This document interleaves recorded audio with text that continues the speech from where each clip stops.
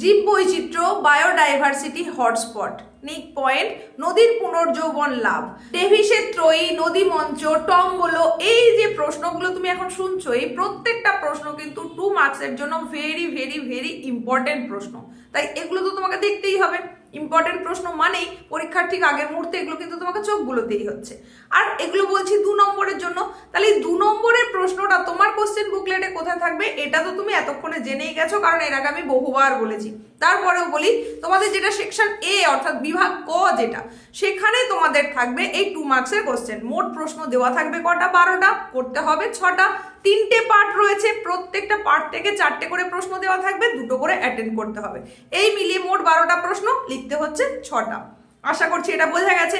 এইবার এই যে তোমার কোশ্চেন বুকলেটের 12টা প্রশ্ন 2 মার্কসের জন্য দেওয়া থাকবে, তার জন্য তুমি বুঝতেই পারছো যে তোমাকে কিন্তু একটু বেশি সংখ্যক প্রশ্ন করতেই হবে। কারণ তোমাদের ভূগোল বিষয়ের যে সিলেবাসটা রয়েছে সেখানে টোটাল 11টা ইউনিট রয়েছে। তো এই 11টা ইউনিটের মধ্যে 2 মার্কসের প্রশ্ন তো বহু হতে পারে। তো যেগুলো ভীষণ ভীষণ গুরুত্বপূর্ণ, সম্ভাবনার নিরিখে বাছাই করে নিয়ে আসা, সেগুলোর কথাই এখন বলবো। তুমি প্রয়োজনে নোট করো, খুব বেশি সংখ্যক হবে না, তবে একেবারে কম হবে সেটাও বলতে পারবো না। দেখো, তোমাদের একদম পার্ট এতেই রয়েছে 6টা ইউনিট, যেখানে অনেক বিষয়বস্তু রয়েছে। তাই সেখানে কিন্তু প্রশ্নের সংখ্যাটা সব থেকে বেশি হবে। মানবীয় ভূগোল থেকে প্রশ্নের সংখ্যা কম হবে, মানে 2টো মাত্র ইউনিট রয়েছে, স্বাভাবিকভাবে সেখানে একটু প্রশ্নের সংখ্যা কম। আর তারপরে রয়েছে ভারতের ভূগোল, সেখান থেকে মোটামুটি প্রশ্ন হবে। তো এখন আর কথা না বাড়িয়ে তোমাদেরকে সেই গুরুত্বপূর্ণ প্রশ্নগুলো বলে দিই। প্রথমেই বলবো, পার্ট এ পোর্শন থেকে যে গুরুত্বপূর্ণ প্রশ্নগুলো করতে হবে সেগুলো বুঝে নাও। আর তার আগে বলি, এগুলো কিভাবে আসে সাধারণত, কি কাকে বলে, বলতে কি বোঝো, এই ধরনের আসে। তবে কোনো কোনো ক্ষেত্রে একটু লং সেন্টেন্সে প্রশ্নটাও হয়ে থাকে। তো যাই হোক না কেন, সেগুলো আমি তোমাদেরকে বলে দিচ্ছি, একটু বুঝে নাও। যেগুলো অত্যাবশ্যকভাবে তোমাকে করতেই হবে সেগুলো এবার জেনে নাও। দেখো, অবশ্যই তোমাকে করতে হচ্ছে হিম প্রাচীর, সূচার লাইন বা সিবন রেখা, red data book, black data book, দক্ষিণী দোলন, স্থিতিশীল পুনর্যৌবন লাভ, শৈবাল সাগর, ঘূর্ণবাতের চক্ষু, বায়োডাইভার্সিটি হটস্পট বা জীববৈচিত্র্যের উষ্মা কেন্দ্র, ক্ষয়ের শেষ সীমা, বেনিয়ফ অঞ্চল, ফ্লোরা ফনা, জীববৈচিত্র্য, বৃত্তচাপীয় দ্বীপমালা, টর্নেডো, নিক বিন্দু, মগ্নচড়া, অপসারণ গর্ত কিভাবে সৃষ্টি হয়, ট্রিপল জাংশন বা ত্রিপাত সীমান্ত, এএফ ও এডব্লিউ জলবায়ু কি ধরনের জলবায়ুকে নির্দেশ করে। এখানে আবার তোমাকে বলতে পারে বিডব্লিউ জলবায়ুর বৈশিষ্ট্য লেখো, বিএস জলবায়ুর বৈশিষ্ট্য লেখো, এরকম ভাবে কিন্তু প্রশ্ন আসতে পারে। আরো দেখতে হচ্ছে লোয়েস, ব্যারোট্রপিক বা ব্যারোক্লিনিক অবস্থা, যে কোনো একটা আসতে পারে।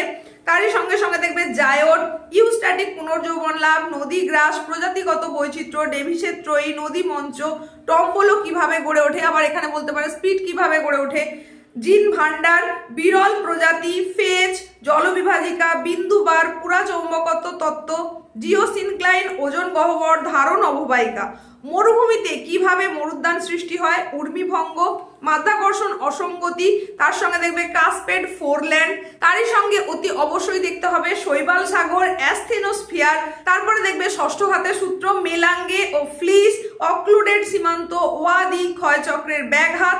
ব্যাস, এই প্রশ্ন কয়েকটা কিন্তু তোমাকে গুরুত্বের নিরিখে বাছাই করে নিয়ে এসে বলছি, সুতরাং প্রশ্নগুলোকে এড়িয়ে গেলে চলবে না, অতি অবশ্যই এখান থেকে দেখে নিতে হবে।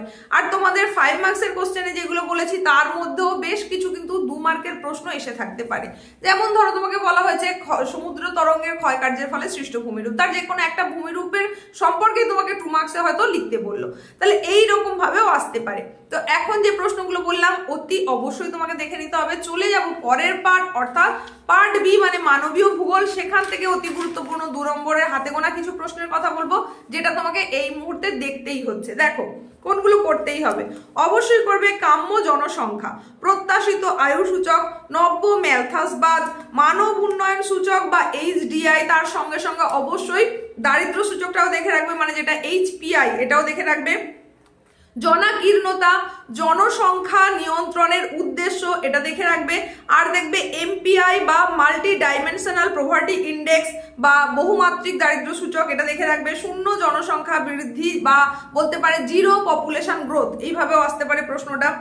এর সঙ্গে দেখবে মোট জাতীয় উৎপাদন বা জিএনপি কি, এইভাবে বলতে পারে। শিক্ষা সূচক, এটা দেখবে। ইমিগ্রেশন ও এমিগ্রেশনের মধ্যে পার্থক্য, যার বাংলা হচ্ছে অভিবাসন ও প্রবাসনের পার্থক্য। এটা দেখে রাখবে। তারপরে দেখবে উন্নয়নশীল দেশ এবং উন্নত দেশের মধ্যে কি পার্থক্য রয়েছে, জমির বহন ক্ষমতা, মানব কল্যাণ, মাথাপিছু আয়, বিশ্বায়ন, মেধা প্রবাহ বা ব্রেন ড্রেন, এটা দেখবে। স্থূল জন্মহার, এটা দেখবে, অবশ্যই তার সূত্রটাও দেখে রাখতে হবে। তারই সঙ্গে সঙ্গে দেখবে জনসংখ্যার ফাঁদ বা ডেমোগ্রাফিক ডিভিডেন্ড, এটা দেখে রাখতে হচ্ছে। তার সঙ্গে দেখবে ক্ষমতায়ন, তারপরে দেখবে শহর থেকে গ্রামে প্রব্রজন ঘটার কারণ কি। এছাড়া দেখতে হবে পুশ ফ্যাক্টর, পুল ফ্যাক্টর, সামাজিক উন্নয়ন, জনবিবর্তন মডেলের ঋণাত্মক পর্যায়ে। ব্যাস, এই কয়েকটা প্রশ্ন তোমরা দেখে রাখো পার্ট বি অর্থাৎ মানবীয় ভূগোল থেকে। চলে যাব পার্ট সি বা ভারতের ভূগোলের অতি গুরুত্বপূর্ণ 2 মার্কসের প্রশ্ন, যেগুলো তোমাকে এই মুহূর্তে দেখতেই হবে বা সেগুলো বলে দেবো। তবে তার আগে বলি, এর আগে কিন্তু এই চ্যানেলের থ্রু দিয়ে তোমাদেরকে 5 মার্কসের লাস্ট মিনিট সাজেশন এবং 3 মার্কসের লাস্ট মিনিট সাজেশন সেটাও প্রোভাইড করা হয়েছে। তাছাড়া পরীক্ষার হলে কোন কোন ট্রিক্স গুলো তোমাকে অ্যাপ্লাই করতে হবে, কত নম্বর প্রশ্নের জন্য কতটা টাইম তুমি অ্যাডজাস্ট করবে সেটা বলে দিয়েছি এর আগে একটা উপস্থাপনায়। তাছাড়াও তোমাকে বলে দিয়েছি সেটা হচ্ছে যাদের সিলেবাস এখনো অনেকটা কমপ্লিট করতে বাকি থেকে গেছে, তারা ঠিক কোন কোন জায়গায় জোর দেবে, কোন অধ্যায়গুলো পড়লেই অন্তত পাস করতে পারবে, এই সমস্ত কিছু কিন্তু অলরেডি আপলোড হয়ে গেছে। যদি এখনো না দেখে থাকো, এই ভিডিও ডেসক্রিপশন বক্স চেক করো, সেখানে লিঙ্ক পেয়ে যাবে, লিঙ্কে ক্লিক করে অতি অবশ্যই দেখে নাও। এখন চলে যাচ্ছি লাস্ট অর্থাৎ পার্ট সি পোর্শন বা ভারতের ভূগোল পোর্শনের যে প্রশ্নগুলো সেটা তুমি কোথায় পাবে, সেটা অবশ্যই পাচ্ছ তোমার সেকশন এ তে। কত দাগে পাচ্ছ এখানে দেখে নাও, 3-এর দাগ। 3-এর দাগে 4টে প্রশ্ন থাকবে, যেটা আসবে তোমার এই ভারতের ভূগোল থেকে। করতে হবে কটা, অবশ্যই 2টো। তো এখানের জন্য যে প্রশ্নগুলো দেখতেই হবে সেটা হচ্ছে হাইলি ইম্পর্টেন্ট একটা প্রশ্ন হচ্ছে, জঙ্গলমহলে ভূমি অবক্ষয়ের 2টি কারণ। এটা তোমাকে বলতে পারে, মানে ভূমি অবক্ষয়ের 2টো কারণ বলতে পারে, আবার এরকমও বলতে পারে জঙ্গলমহলে ভূমি অবক্ষয়ের 4টি ফলাফল লেখো। তাহলে এই ফলাফলটাও দেখবে, কারণটাও দেখে রাখবে।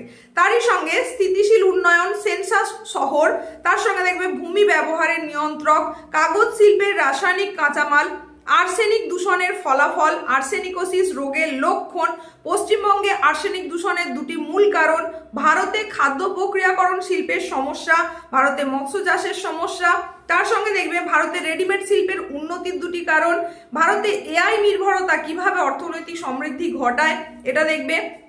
এছাড়া দেখবে ডিজিটাল ইন্ডিয়ার উদ্দেশ্য, হ্যামলেট, স্থায়ী কৃষি জমি, তার সঙ্গে দেখতে হচ্ছে নমামি গঙ্গে, অ্যাকুইফার, পতিত জমি, সাইবার নিরাপত্তা, শস্যাবর্তন, মেলানোসিস, গ্রিন স্টিল উদ্যোগ, টাইগার স্ট্রেইং, অ্যাকোয়াকালচার, আইসোডোপেন, আইসোটিম, তার সঙ্গে দেখবে ইন্টারনেট বা অন্তর্জাল বলতে কি বোঝো, ইন্টারনেটের গুরুত্ব বর্ণনা করো, অনুসারী শিল্প কি, আবার এখান থেকে সানরাইজ ইন্ডাস্ট্রি কি সেটাও বলতে পারে। এছাড়া যেটা দেখতে হবে সেটা হচ্ছে সুন্দরবন অঞ্চলে মানুষ ও বন্যপ্রাণের সহাবস্থানের ক্ষেত্রে মূল বাধা কোনগুলি, স্পঞ্জ আয়রন বলতে কি বোঝো, উদাহরণ সহ সংযোজন শিল্প বলতে কি বোঝো, আর বিভিন্ন ধরনের যে বিপ্লবগুলো রয়েছে, গোলাপি বিপ্লব, নীল বিপ্লব, শ্বেত বিপ্লব, এগুলো অবশ্যই একটু দেখে রাখবে, এদের মধ্যেও যে কোনো একটা আসার সম্ভাবনা রয়েছে। ব্যাস, এই প্রশ্নগুলো কিন্তু তোমাকে দেখতেই হচ্ছে এই পোর্শন থেকে। তো তোমাদের প্রত্যেকের জন্য অনেক শুভকামনা থাকলো, প্রত্যেকের প্রস্তুতি তো খুব ভালো হবেই, তারই সঙ্গে সঙ্গে পরীক্ষাও যাতে খুব ভালো হয় তার শুভকামনা আগাম থাকলো আমার তরফ থেকে এবং চ্যানেলের তরফ থেকে। Best of luck.